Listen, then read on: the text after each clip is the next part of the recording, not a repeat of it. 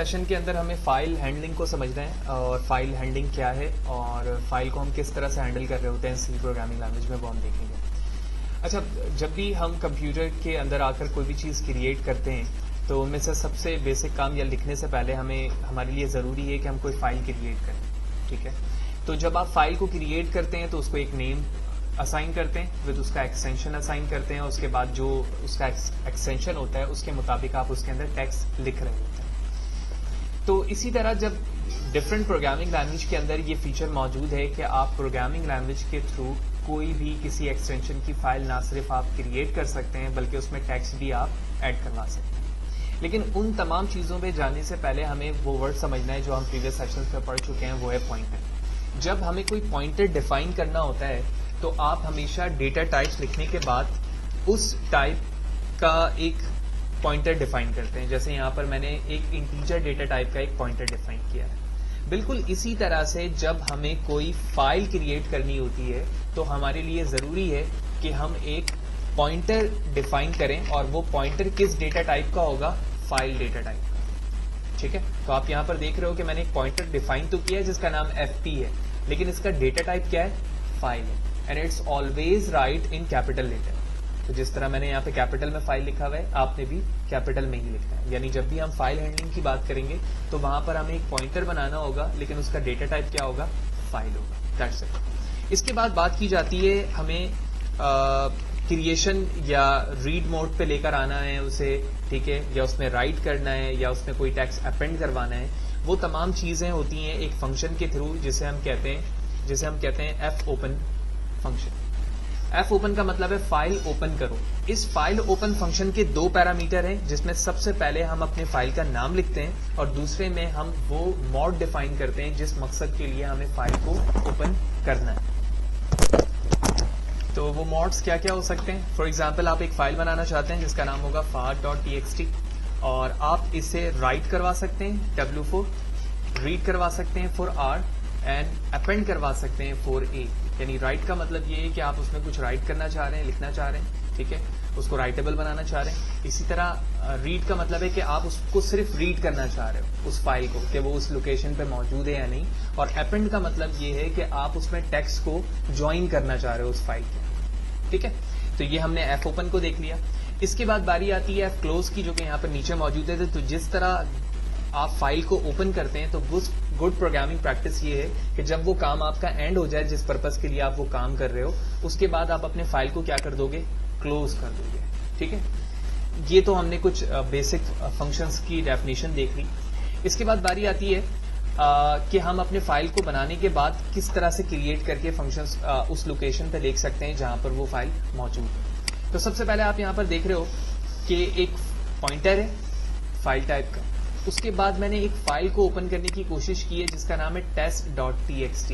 किस फॉर्म में, right form में। फिर उसके बाद उसी फाइल को जिसको मैंने राइट किया है, अब मैं रीड करवा रहा हूं कि क्या वो उस लोकेशन पे उस नाम की फाइल मौजूद है जो फाइल अभी आपने यहाँ पर राइट करवाई है, टेस्ट। देन उसके बाद मैं ये एक फंक्शन इस्तेमाल कर रहा हूँ file get C, which mean file के कैरेक्टर को गेट करो कि क्या उस फाइल के अंदर कोई कैरेक्टर मौजूद है जो मेरे फाइल का है। यहाँ पे T4 कैरेक्टर है ना भाई, ये कैरेक्टर से ही वो फाइल का नाम है।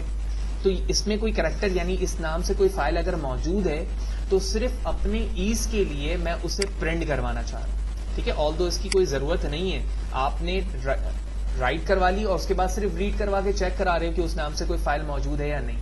उसके बाद मैं चाह रहा हूं कि उसी पॉइंटर fp को इस्तेमाल करते हुए मैं ट्रू एंड फॉल्स में वैल्यू को प्रिंट करवा कर चेक करूं कि क्या मेरे उस रिक्वायर्ड लोकेशन पर इस नाम की कोई फाइल बनी हुई है जिसका नाम test.txt है या नहीं। लिहाजा इस काम के लिए मैंने यहाँ पर इंटीजर एक वेरिएबल लिखा। उसके बाद fget फंक्शन के पैरामीटर पे मैंने किसको लिखा है, उसी पॉइंटर को लिखा है जिसके जरिए से आप फाइल क्रिएट करते हो, रीड करते हो या फिर अपेंड करते हो। अब मैं इस कैरेक्टर को प्रिंट करवाना चाहता हूं, लेकिन ये कैरेक्टर ASCII कोड में ही प्रिंट होगा जो उसका स्टैंडर्ड होता है। लिहाजा इसके लिए मैं यहाँ पे लिखता हूँ printf %d लिख रहा हूं अभी /n of ch। ठीक है, तो ये सिर्फ और सिर्फ एक ASCII कैरेक्टर नंबर प्रिंट कर देगा, लेकिन पहले मुझे चेक करना होगा कि टेस्ट के नाम से कुछ फाइल ऑलरेडी मौजूद है या नहीं। लिहाजा इसके लिए मैं Ctrl O करूंगा और चेक करूंगा कि मेरी रिक्वायर्ड लोकेशन क्या है। तो आप देख रहे हो ऊपर डॉक्यूमेंट लिखा हुआ है, तो इसका मतलब है कि जो भी फाइल मैं बनाता हूँ या सेव करता हूँ तो वो फाइल कहाँ बनती है, जाकर डॉक्यूमेंट्स के अंदर बनती है। लिहाजा मैं अपने फोल्डर पर आता हूँ और उसके बाद मैं डॉक्यूमेंट्स पे चलता हूँ। तो डॉक्यूमेंट्स पे यहाँ पर आप देख रहे हैं कि कोई भी ऐसी फाइल नहीं है जिसका नाम क्या हो, टेक्स्ट हो। लिहाजा इसके बाद मैं कंट्रोल एस करता हूँ, F11 प्रेस करता हूँ और अपने प्रोग्राम को बिल्ड करता हूँ। तो आप देख रहे हो -1 लिखा आ रहा है यहाँ पर। इसका मतलब ये है कि जब आपने प्रोग्राम को रन किया है और उसके बाद आपने चेक करवाया है कि क्या इस नाम की कोई फाइल आपकी रिक्वायर्ड जगह पर मौजूद है नहीं, तो उसने रिटर्न किया है मुझे क्या, -1। इसका मतलब है इस नाम की कोई फाइल फर्स्ट टाइम यहाँ पर मौजूद नहीं थी। लिहाजा मैं इसे कैंसिल करता हूँ, दोबारा रिक्वायर्ड लोकेशन पे चलते हैं, रिफ्रेश करते हैं एंड लेट्स सी अगेन। तो अभी भी कोई फाइल मौजूद नहीं है, लेकिन अब वो फाइल यहाँ पर आ चुकी है। इसकी वजह क्या है कि जब तुमने प्रोग्राम पहले रन किया तो वो फाइल बनी, लेकिन साथ ही साथ वो चेक भी हुई, ठीक है ना। अब मैं राइट नहीं कर रहा हूं, बल्कि सिर्फ और सिर्फ क्या करना चाह रहा हूं, रीड करना चाह रहा हूं। F11 प्रेस करता हूं, अभी भी -1 ही लिखा आ रहा है, यानी इसमें कुछ भी मौजूद नहीं है। लिहाजा मैं वापस चलता हूं, उस फाइल को ओपन करता हूं, टेस्ट को, और टेस्ट को ओपन करने के बाद यहां पे लिख देता हूं फहद, कंट्रोल एस, कैंसिल, ठीक है, F11 अगेन, और अब आप देख रहे हो क्या लिखा आ रहा है, 70। तो जो टेक्स्ट मैंने उस फाइल पर लिखा है FAHAD, तो उसका पहला कैरेक्टर F है, जिसका ASCII कोड क्या होता है, 70। यही वजह है कि पहले उसे उस फाइल में कोई भी टेक्स्ट नहीं मिल रहा था। जैसे ही मैंने उस पर कुछ लिखा और उसके बाद रन करवाया तो उसके पहले कैरेक्टर को उसने रीड किया और 70 यानी ASCII कोड उसका क्या कर दिया, प्रिंट कर दिया। लिहाजा जब आपकी फाइल में कोई भी टेक्स्ट नहीं होता है तो वो हमेशा, यानी ये फंक्शन जो है fget हमें क्या रिटर्न करता है, -1 रिटर्न करता है। तो मैं यहां लिख दे रहा हूं रिटर्न -1, ठीक है। इस कमेंट को हम थोड़ा आगे करते हैं। तो सबसे पहले हमने देखा राइट के जरिए से हमारी एक फाइल क्रिएट हुई, रीड के जरिए से उसने सिर्फ और सिर्फ ये रीड किया कि क्या इस नाम से कोई फाइल आपकी रिक्वायर्ड लोकेशन पर मौजूद है या नहीं। उसके बाद fgetc फंक्शन के थ्रू मैंने चेक करवाया कि अगर उसकी वैल्यू ट्रू है, यानी उसमें कोई भी टेक्स्ट मौजूद है, तो उसका ASCII रिटर्न हो जाएगा, वगरना क्या रिटर्न होगा, -1, और इसे भी हमने यहाँ पर परफॉर्म करके देखा। अब हम अपेंड को यूज करेंगे, यानी A, ठीक है ना, यहाँ पर हम A को यूज करेंगे और उसके बाद ASCII कोड के लूप को इस्तेमाल करते हुए हम कुछ कैरेक्टर्स को, यानी कुछ नेम्स को प्रिंट करवाएंगे उस फाइल पर जो कि उस जगह पर मौजूद है, जिसका नाम क्या है, test.txt। लेट्स सी, ठीक है। तो ये दूसरी एग्जांपल है, हम इसे डिस्कस करते हैं, लेकिन पहले वाले कोड को हम यहाँ पर कमेंट कर देते हैं जिस पे हम पहले काम कर रहे थे।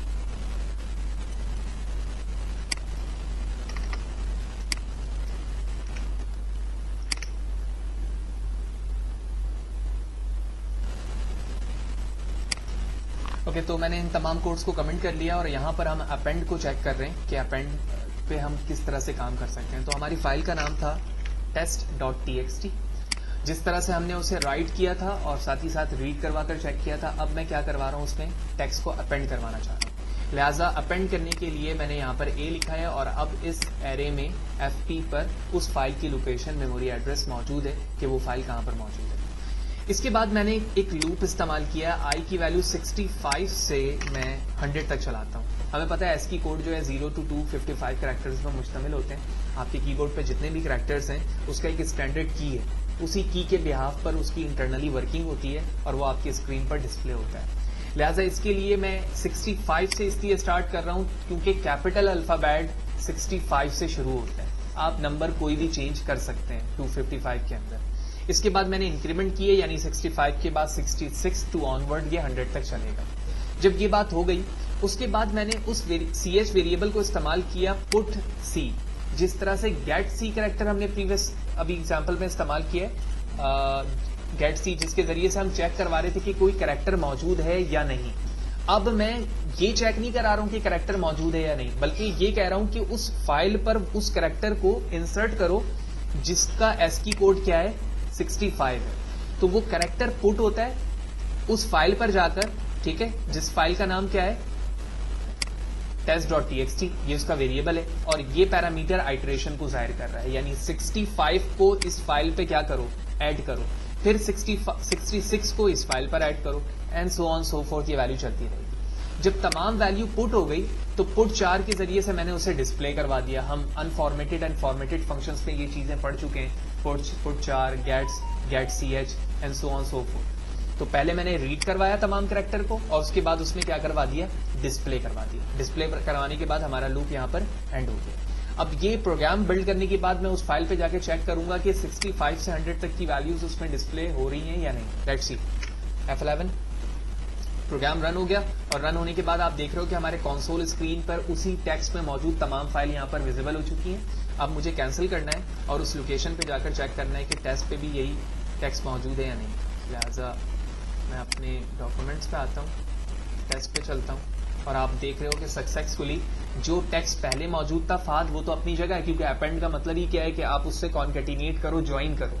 और उसके बाद 65 से लेकर 100 तक के जितने ASCII कोड के कैरेक्टर्स थे वो कैरेक्टर में कन्वर्ट हुए और हमारे फाइल पर आप क्या हो चुके हैं, ऐड हो चुके हैं। तो इस सेशन पे फाइल हैंडलिंग में हमने सबसे इंपॉर्टेंट चीज का कॉन्सेप्ट ये समझा कि फाइल हैंडलिंग से क्या मुराद है। फाइल ओपन फंक्शंस के 2 पैरामीटर्स होते हैं जिसमें आप टेक्स्ट फाइल का नाम रखते हैं जो भी एक्सटेंशन हो, और इसके 3 मॉड हैं, WRA, right, read and append. उसकी एग्जांपल देखे हमने दोनों की, कि राइट के जरिए से हमने फाइल को क्रिएट किया, रीड के जरिए से रीड करवा के चेक करवाया कि उसके अंदर कोई भी टेक्स्ट मौजूद है तो वो उसका ASCII कैरेक्टर प्रिंट करेगा, वगरना -1 रिटर्न करेगा। फिर उसके बाद हमने ये देखा कि अपेंड को यूज करते हुए मैं एग्जिस्टिंग यानी जो फाइल मैंने क्रिएट की थी उस पर मैं टेक्स्ट किस तरह से ऐड करवा सकता हूं बाय यूजिंग ASCII लूप।